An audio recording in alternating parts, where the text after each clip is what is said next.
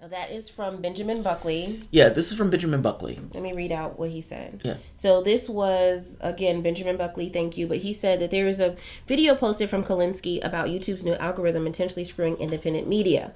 Then last night, NPR had a segment about flat earthers where they said that YouTube changed the algorithm to promote the mainstream media for the explicit purpose of combating flat earthers. And so... a study came out saying that flat earthers have been emboldened by YouTube, meaning because they can get on YouTube and they can espouse their flat earth belief, that more people have accrued to it, thinking, yes, there's legitimacy to this notion of flat earth. I've watched some of those flat earth videos, and those people are insane. Like, and the stuff that they're saying it's just basic science says this is nonsense.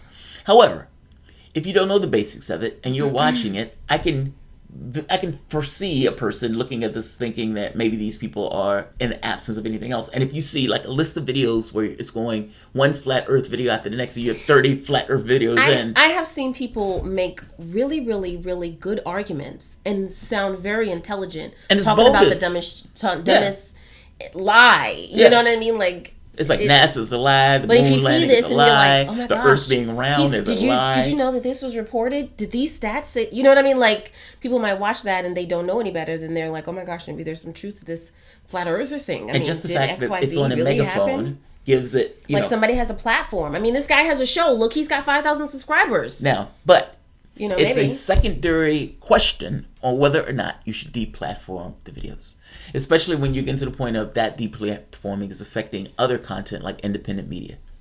Let's take a look at Pakman. I know a lot of people here don't like Pakman. I'm not a big fan of Pakman myself, but Pakman did really decent research on this particular issue only because this issue affected Pakman.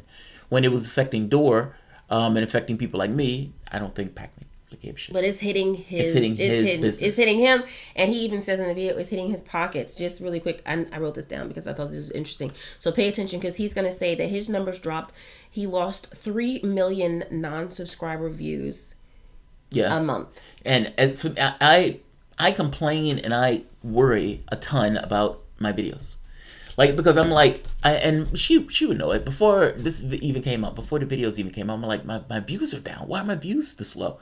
I was like, for me to have this many subscribers, my views should have been ticked up.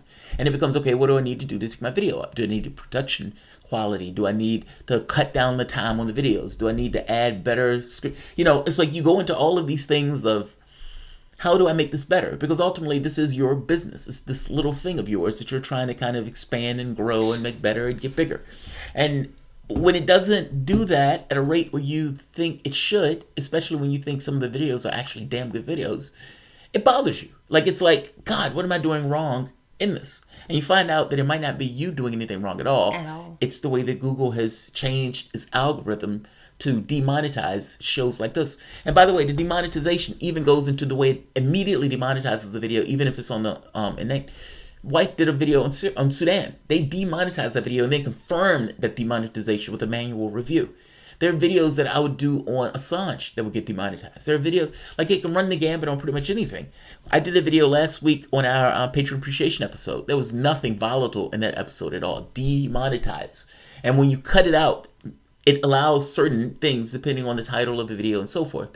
But they're so into this thing of demonetizing the video that it cuts down on the number of views, because the moment it's demonetized, it doesn't promote it and recommend it to as many people. And then after you get 1,000 views, which at that point, because it didn't promote it and everything else, you may or may not get 1,000 views. Right. Yeah. So, but in that, let me just say this, because I know it's from someone on the outside looking in, because I clearly don't have a YouTube channel, but I have seen Jamarl do this from day one. And it's a hard conversation to have, talking about the money aspect of it. Because when you start out doing a YouTube channel, I know for Jamarl, it was like... I hate it. I didn't want to talk about it. I want to talk about this stuff. The stuff needs to be talked about. And then you see, okay, well, there are people who want to hear what I have to say. This is great. I want to spend more time. I want to devote time to this. And so you start asking the question of, could I devote all of my time to this? Could I do this full time? But then there is the reality that hits, that if you're doing this full time, unless you're just rolling in the dough, you start looking at a financial aspect of it. Well, you have a choice. Right, because you're like, okay, well, I have to stay afloat. Like things like Patreon, like when we're talking about like people supporting content creators. Yeah. Like if he wasn't making money doing this, he would have to have a part-time job, which means you would see him Or have less a full-time often. job. I mean, it's the reality of it. When I was doing Unfortunately, software, like I would work 8 hours a day, and then I would come home and do like 6 hours of this. Yeah. And I think I did that for months, like a brutal schedule. And then at some point, I was like, all right, well, maybe I could just do this. And you start like kind of tightening your play with it a little belt and that bit, type of stuff. Yeah, and you're like, all right, I need to be able to expand the show. I need to be able to make sure better. I need to be able to pay my own self salary. And you go through those things. It's the unfortunate conversation that kind of comes. I mean, it's the reality. It just is what it is. You don't want to talk about it. You don't want to say, hey, be a patron. Well, but the reality is that if I want to keep doing this full time, I have to think about things like a YouTube algorithm. Yeah. It is. Well, and that's what I was going to say. Like beforehand, initially, I think when I first started, it was this notion of, well, maybe I can just make it based on what YouTube is. And then it became, well, YouTube is an untrustworthy actor at the point where they attacked my channel. And it is unclear what YouTube does. YouTube can do anything. I mean, for the most part, they can change their rules on a whim. And they'll call it, well, we change our algorithm. Yeah. We change our algorithm. And as a software engineer, I know what that means. It means that so if I needed, one of the systems that I built had to do with every morning a person would come in to the office, and they would go through a long list, and they would pick out people who they needed to call for that morning based on certain criteria. That is an inane task that a human being should not be doing. In which case, I created an application that would automatically create priority on who it should be, so forth, like who should be in the list. In creating this priority, there were certain factors that went into it. There was all sorts of things. I'm not going to go into the factors, but there were all sorts of things that you use that in order to create an equation, and that equation kind of lines up who is where.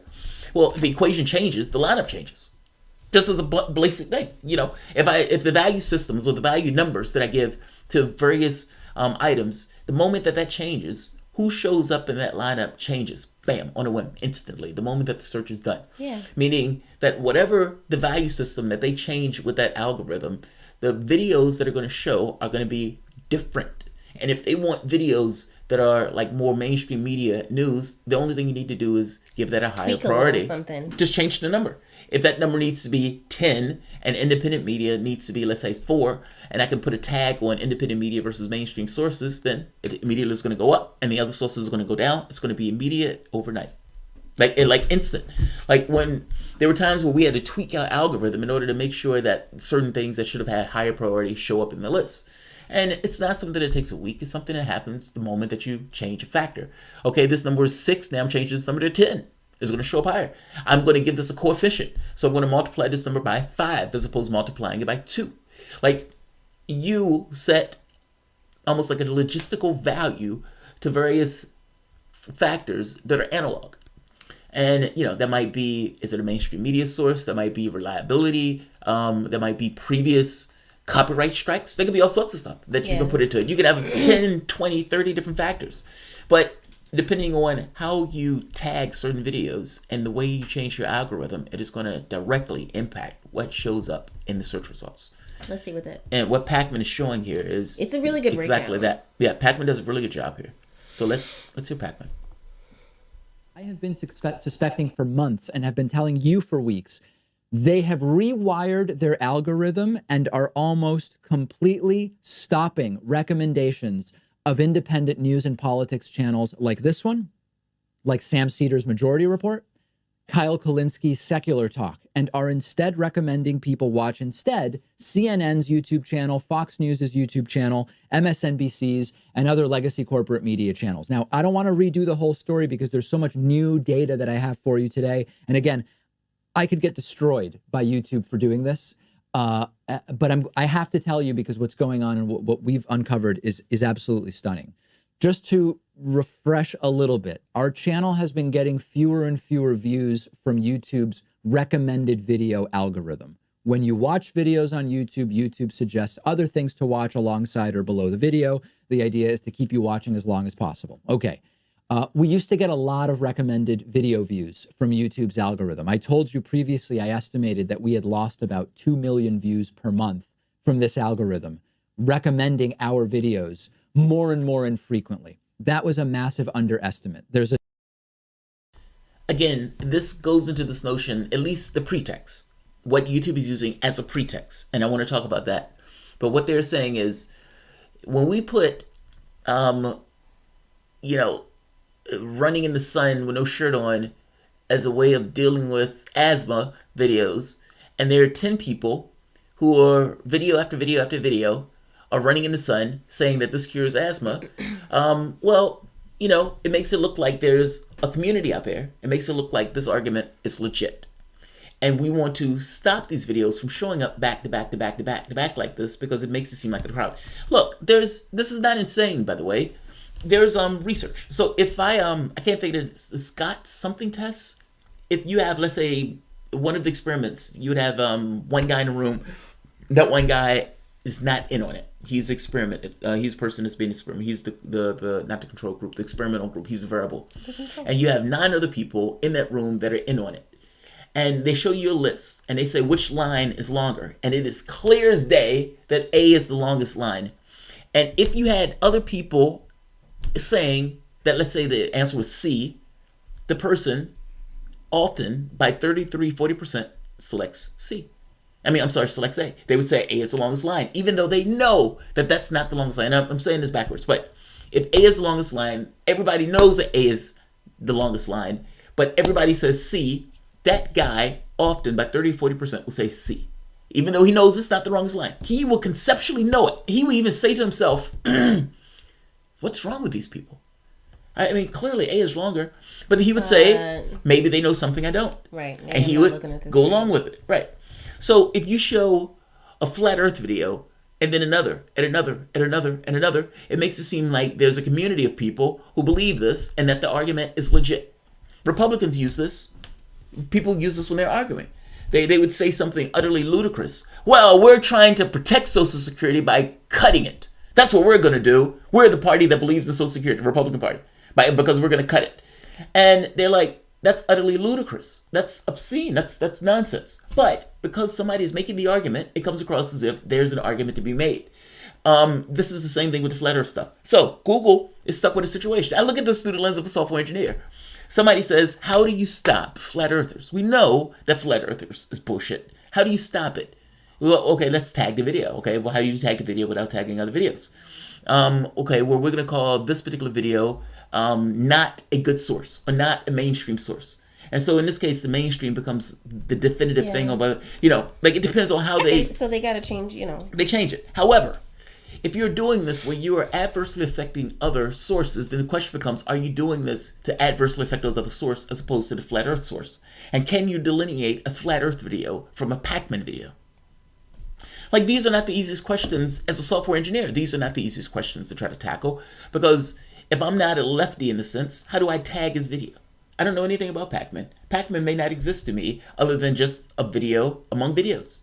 There may be thousands of Pakmans that I'm completely unaware of, all of these people in their own little bubbles, and engineers have to float above all of this and have to decide, okay, which one is a credible source, which one is not.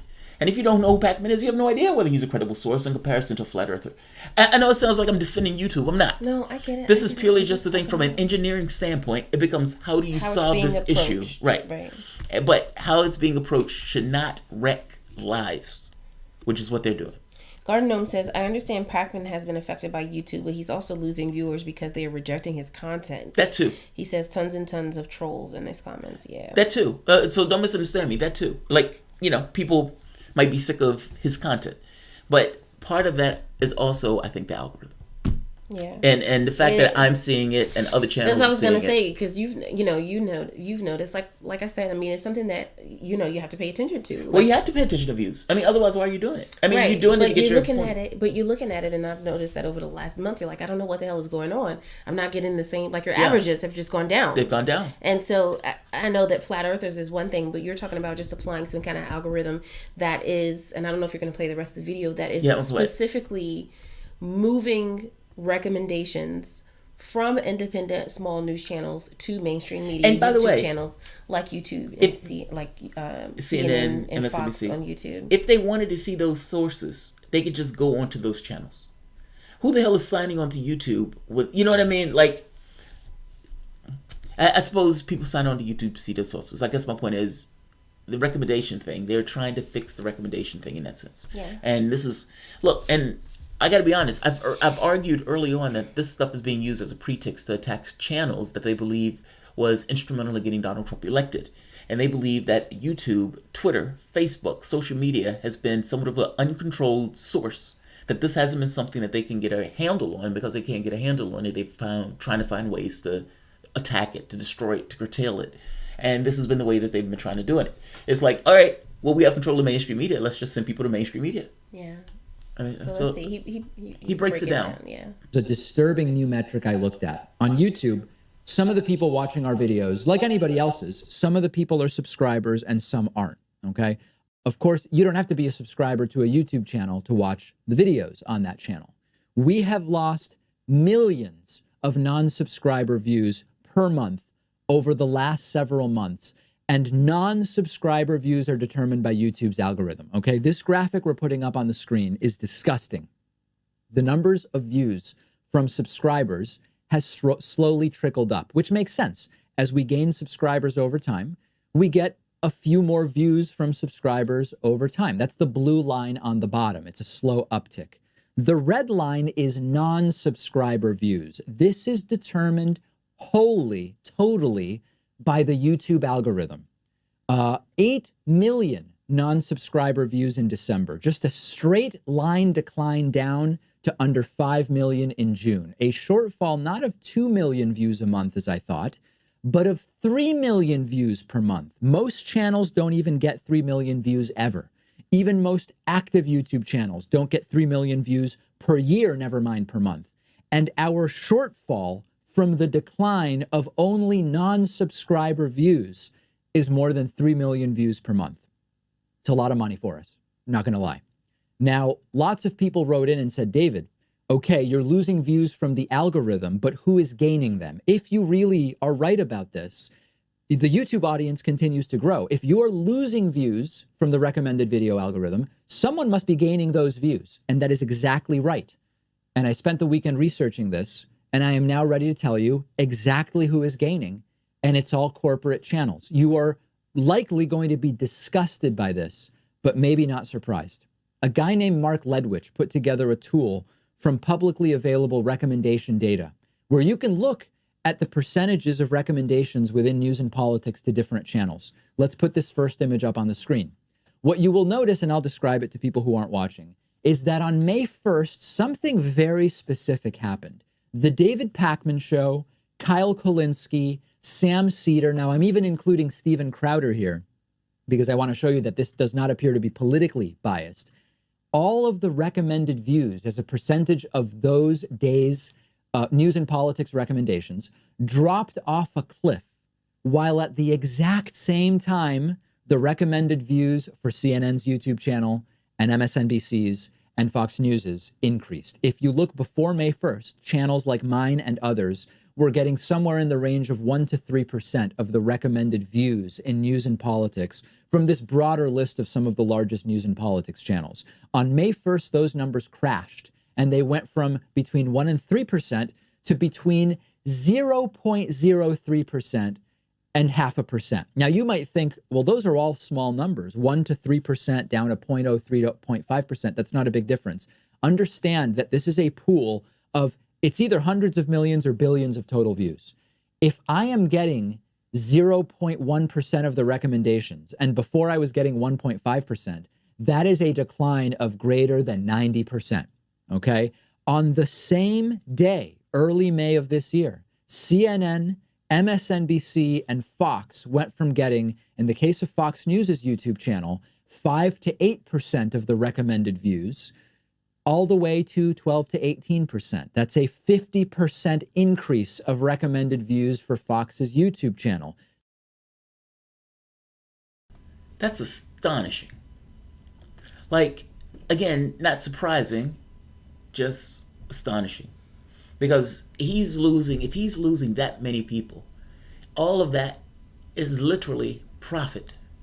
I mean, from his standpoint, I mean, from all our standpoints, doing shows, part of the profit that we make is on number of views and the people who see ads, and they like cut it in half or something to that effect. And so if they've reduced the number of people by 3 million, then that's millions of ads from Pakman's, bread and butter. And like somebody mentioned that, his content is dropping because he sucks. That's a legitimate, argument. And possibly very true. But maybe when you're looking at the 3 comparison million, that of just like, seems well, not only that, but you're looking at the comparison multiple shows. and the numbers. I mean, if this is accurate or anywhere near accurate data, it looks like it's kind of hitting across the board. And like we said, even Jamal is kind of seeing a decrease. And you're like, well, what am I doing? What am I doing? You know, I'm doing the same thing. Same content, same number, you know, same amount of content. What the hell is going on? And it may not be anything that you're doing on your own at all. It might just literally be a push from independent media for viewers to see more mainstream media. And so, yeah. It's funny. Dore made note of this almost like a year ago. Yeah. Now, this was, again, we're talking about this because this was a contributor suggestion. This came from Benjamin Buckley on Patreon. So thank you for bringing this up. The question becomes, it's what are the alternatives? Right, that's what I was going to say. So he wanted to know, like, what are alternatives to YouTube? I saw where there's something called LeftTube, which is a YouTube kind of comparable platform that is for lefties. But the question goes back to, again, if you're doing this with the hope of getting paid, like Pakman, of generating income, there are other places that you can put content, but you're not going to get the support or the monetary benefit like you do from YouTube. Pakman is complaining about this because Pakman has just lost a lot of money because of this. I mean, ultimately, there are other channels, but those other channels suffer from the defect of not being monetized. Like, they might be like Steam It, but Steam It has like these kind of Steam It bucks or something to that effect. It's like a cryptocurrency. But, you know, you can't pay for childcare in cryptocurrency. You have to pay for it actual cash. And so that's always a problem associated with those other sites. Now, you could put your content on those sites just for safety thing, just in case they nuke your channel. You could even put it on there with the hopes that at some point, one day, those Steam It bucks are going to matter and mean something.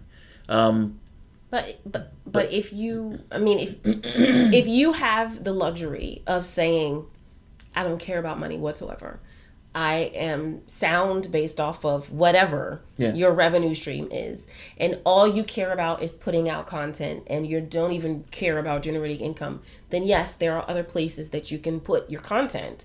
But YouTube is more widely known and more widely recognized, so of course you're going to get more views, even with the fucked up algorithms, than you would if you just created your own .com website and put your content there. Like, unless you have some massive megaphone to like tell people around the globe of what your not to mention monetization. Right. But again, I said that's based on the luxury of not caring about money whatsoever. Yeah. So there's that. But thank you again. This was from Benjamin Buckley. So if you're just joining us, just a recap before we go on to the next topic, because I have 2 super chats to read out.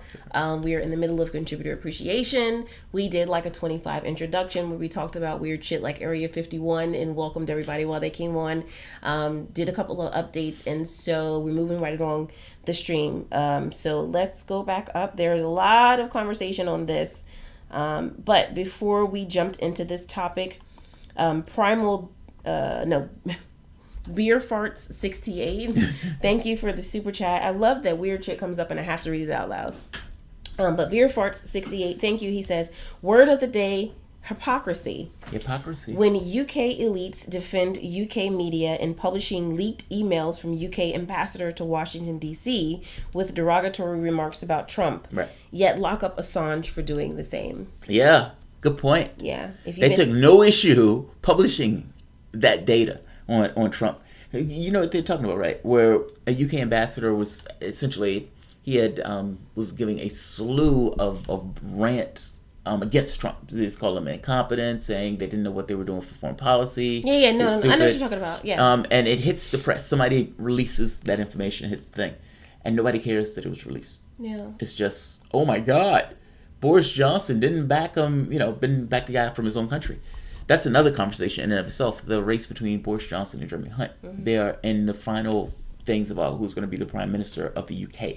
Yeah. So that's going to be interesting also. So the word of the day is hypocrisy. Thank you from Beer Farts. And we do have another one from Primal. Thank you. He gave the one about Seville. Yeah. So he wanted to say again, Primal, thank you for the super chat. He says, I hope you guys don't mind me mentioning this, but I'd like to suggest that everyone please check out Beau of the Fifth Column. He's a humanist who's deeper than most, like Jamal. Thank you. So thank you, Primal. Beau of the Fifth Column. We'll check that out. I don't know if you mean for us to check them out or for the viewers to check them out. Yeah. But either way, if it's good, We'll write it down and take a closer look. So thank you for that. So we are good with that one. We want to move on to the next one.